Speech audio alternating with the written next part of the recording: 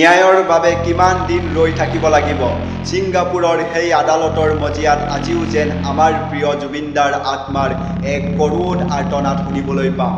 বিহু আহিছে, ৰং আছে, আনন্দ আছে, কিন্তু যিগৰাকী মানুহে আমাক গানৰ মাজেৰে জীয়াই থকাৰ সাহস দিছিল, সেই মানুহজনৰ বাবে আজি আমি মৌন হৈ থিয় দিছোঁ।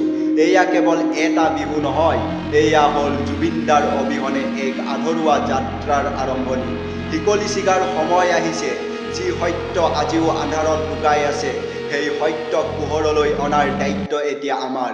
আপোনালোকে ভাবিছে নেকি যে জুবিন গাৰ্গ কেৱল এজন কণ্ঠশিল্পী আছিল? নহয়, তেওঁ আছিল আমাৰ বিপ্লৱ। আজি ছিংগাপুৰৰ ৰায়দানৰ সেই বিশেষ খবৰবোৰে আমাক কঁপাই তুলিছে। কি হৈছিল সেইদিনা? কিয় আজি আমাৰ জুবিনদা আমাৰ মাজত নাই?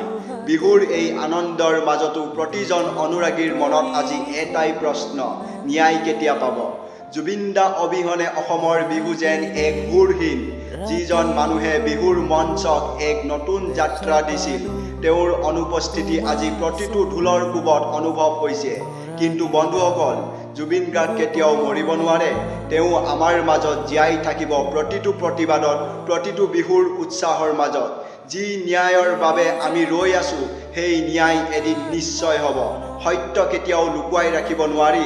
আজিৰ এই ভিডিঅ'টোৰ যোগেদি আমি কেৱল জুবিনদাক মনত পেলোৱা নাই, আমি এক বিপ্লৱৰ সূচনা কৰিছোঁ।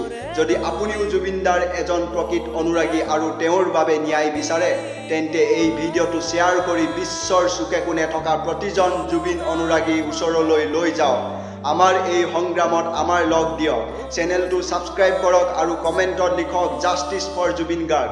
ধন্যবাদ। জয় জুবিনদা, জয় আই অসম।